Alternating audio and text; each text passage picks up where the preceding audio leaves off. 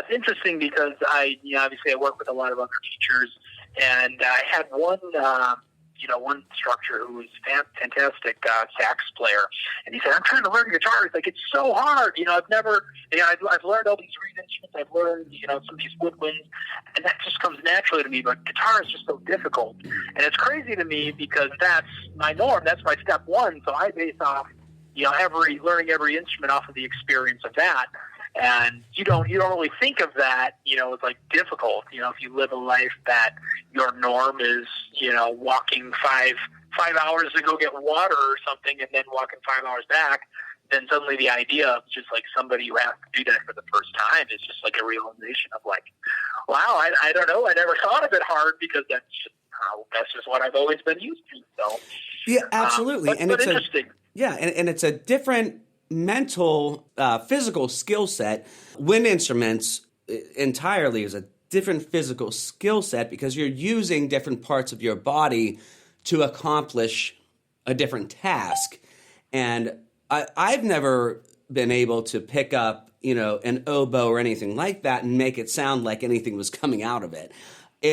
I also think a lot of it is brain chemistry, because once your brain has equated itself to doing a certain thing, it can't really adapt to doing that other side of the colossum. You know what I mean? Sure. Yeah, and what's interesting about that is, I think for things on the guitar, they generally come very, very quickly to me.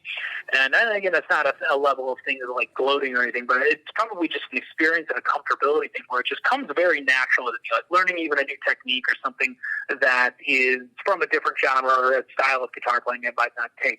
But on the other hand, I feel like when it comes to piano, I feel like things are so much more difficult for me to familiarize and just be comfortable when I play for me than most people. So it's a trade-off. I mean, it could just be the approach that one takes from one string instrument, and it's just being like, I'm familiar with, positioning my hands and using them in this manner, that perhaps, altering them in a different way makes it completely different. So I don't know. Yes, I agree with you 100%. I struggle with the piano like none other. And the only song, let me start that over. The only song I can play accurately on the piano all the way through is I Just Can't Get Enough by Depeche Mode, and that's not very difficult. Yeah. Okay, yeah. I mean, it's that's why it's always really good when you get a song that's real easy, like Paradise City. I just have like those few notes, and you say, wow, that guy can play a keyboard like a god, So yeah, for those not in the know, it's really not that hard to do, Right, and that's the thing is like, when I even get new students or something, it'll be the same thing. They'll say like, "What's your favorite band?" And then they'll say like, "Okay, Blink-182," and you hear something, you're like, "Wow, that sounds so cool." And then you write it down, maybe less than one or two, and then they're playing it. It kind of takes the magic out of it. It's almost like, learning how Chris Angel does his stunts or his magic. And you're just like, well, it was a lot cooler when I didn't know that, but there's also a big gratification to doing that. So yeah, I mean, I could go on and on with that topic, like the song "Hey Joe," when Jimi Hendrix did it, and nobody knew that it was just that simple to play, Right. Yeah, I mean, Jimmy will take the chords and he'll make do kind of rhythmic renditions of it, and add some funk and add some kind of jazz chords to it, and it's just fill-ins, and suddenly it sounds so much more diverse than just C, G, D, A, E major. So. Right. All right, so we're gonna jump to a song here. So we are gonna jump across the pond to Liverpool in the UK. The band is called Lights That Change, and this is their song "March."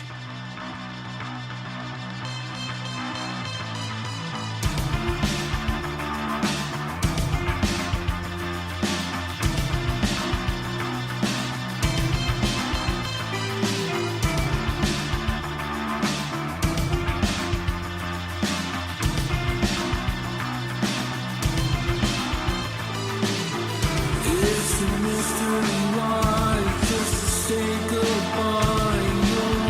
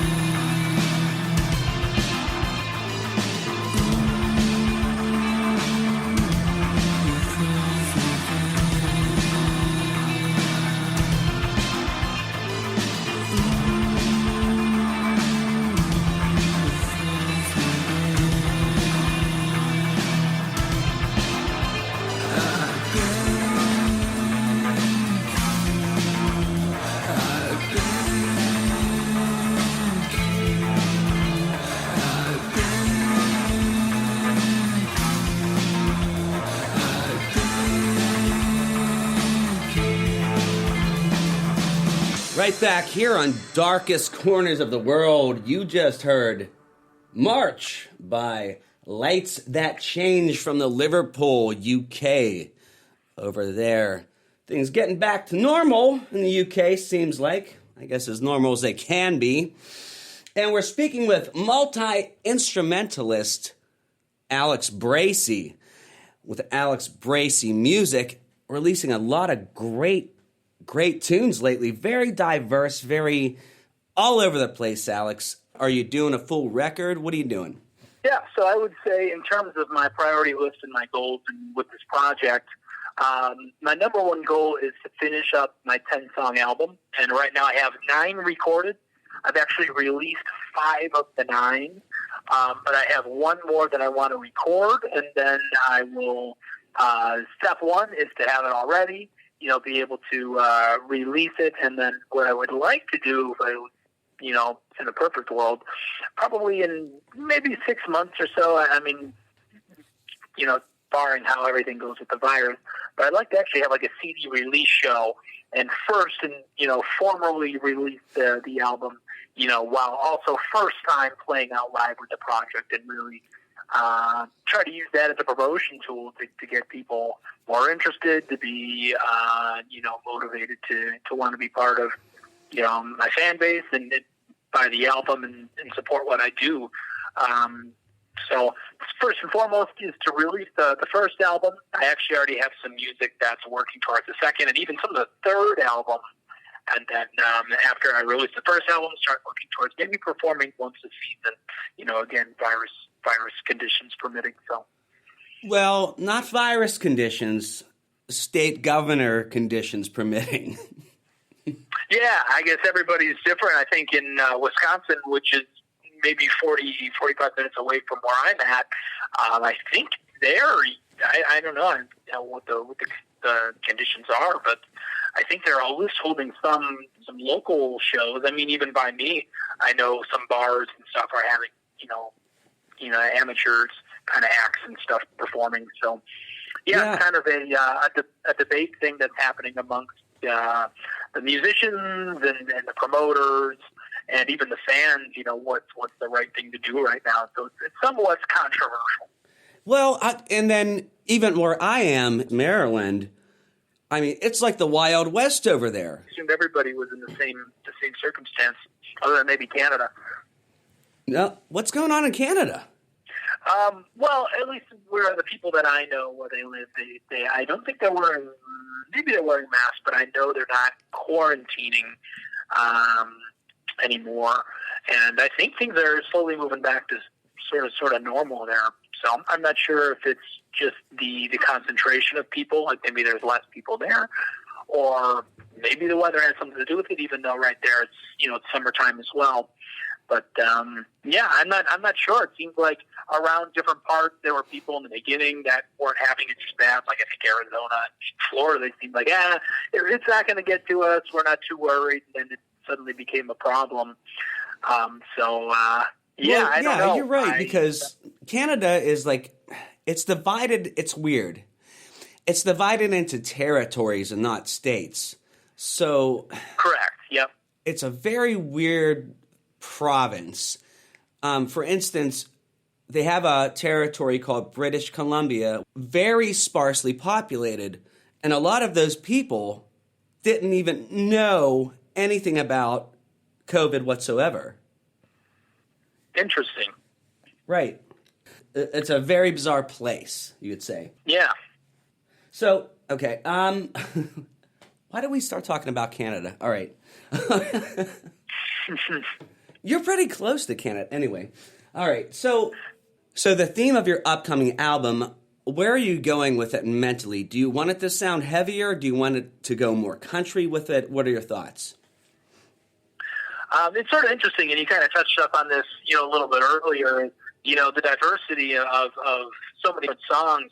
You listen to my first single, "Pain," and you're like, "Wow, this is like a hard rock, almost metal." I think most people describe it as a metal song.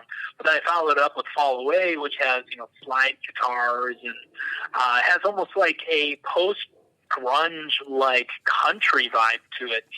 And I, it's kind of a combination of all my different influences, but I never really sought out to write, I never sit down during the writing process and say, okay, I'm going to write,